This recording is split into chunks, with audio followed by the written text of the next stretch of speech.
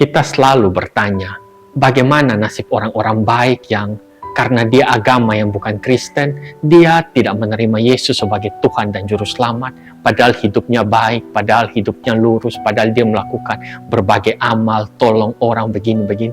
Kita tanya ya, bagaimana nasibnya ya? Kemudian lalu kita pikir, tidak mungkin lah ya Tuhan yang penuh cinta kasih, Tuhan yang penuh adil itu akan hukum dia selama-lamanya di neraka, hanya karena dia tidak bilang bahwa Yesus adalah Tuhan.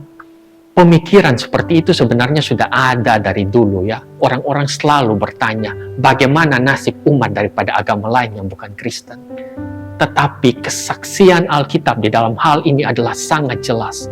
Dalam Yohanes 14 ayat 6, Yesus berkata, "Akulah jalan dan kebenaran dan hidup. Tidak ada seorang pun yang datang kepada Bapa kalau tidak melalui Aku." Maka jika sekiranya ada keselamatan di luar Yesus seperti bayangan kita selama ini, maka sebenarnya Yesus sedang berbohong. Yesus sedang tidak betul ketika dia bilang, tidak ada seorang pun yang datang kepada Bapa kalau tidak melalui Aku. Kalau sekiranya ada keselamatan di luar Yesus, Bapak Ibu Saudara, maka adalah bodoh Allah Bapa mau korbankan Yesus demi kita. Jika ada keselamatan di luar Yesus, maka sebenarnya sia-sia pengorbanan Yesus. Untuk apa Yesus harus turun, harus menderita, kalau seandainya ada keselamatan di luar Yesus?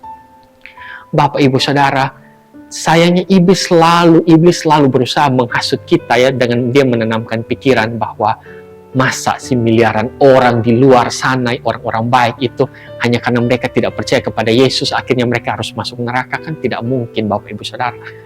Dan akhirnya karena pemikiran seperti itu, kita akhirnya menjadi tidak lagi menginjili, tidak lagi menceritakan tentang Yesus, dan akhirnya miliaran orang di luar sana masuk neraka. Iblis menang besar.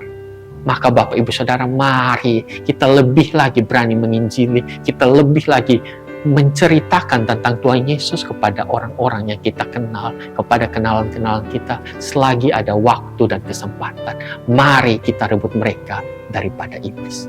Tuhan memberkati.